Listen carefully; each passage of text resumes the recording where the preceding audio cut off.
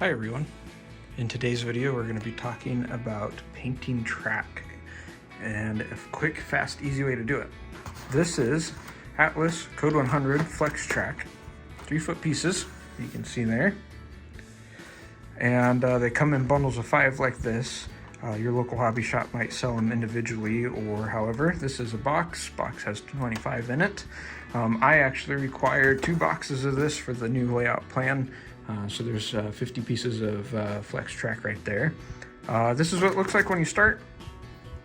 Black nickel silver rails, and we're gonna make it look more realistic here. We're not gonna paint it up here in the train layout room. We're gonna go down to the garage and paint it there. So come with me there. This video brought to you by the Hobby Shop in Ames, Iowa on 200 Main Street in downtown. Stop in for all of your hobbyist needs, whether that's model trains of all scales, HO being the primary one, with N and O as well, including kits, trains, surplus, hard to find items actually, and quite a few other really neat finds for you.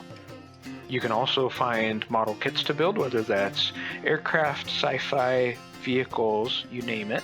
Military is in there as well. There's a very big military section. Paints, and then also die-cast collectibles, cars, and a variety of other things. Stop by, check it out sometime, and you will not be disappointed with it.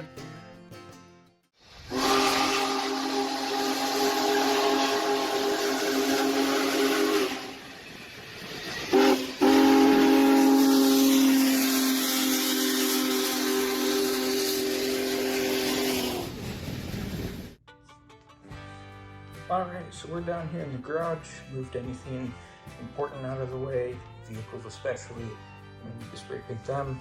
And I'm using some old foam here to kind of hold it up off the garage floor, and I have actually 10 pieces laid out. We're going to paint them. One of the things that I do is I like using this. This is the Rattle Can Rust-Oleum Nutmeg, and this one bonds to plastic. You just want this really light, so shake it up.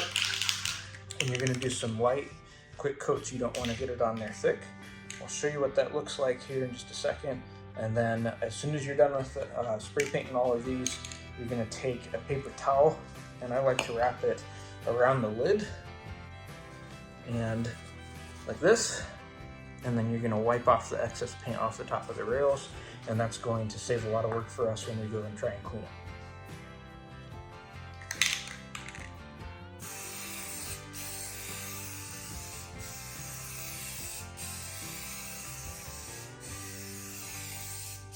See, I'm moving kind of quick, but trying to keep at the same distance. This is about 6 inches away from everything you want it to cover, but not cover too much.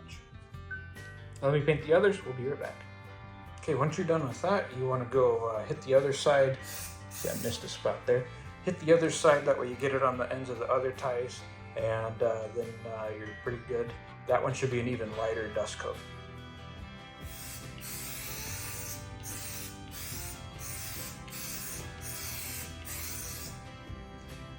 Okay, now that that's done, you're going to want to wipe the rails with the paper towel like I was talking about, with the paper towel on the lid. I usually do one end like this, so I can use a couple fingers to hold the rail, and then run it up and down a couple times the whole length.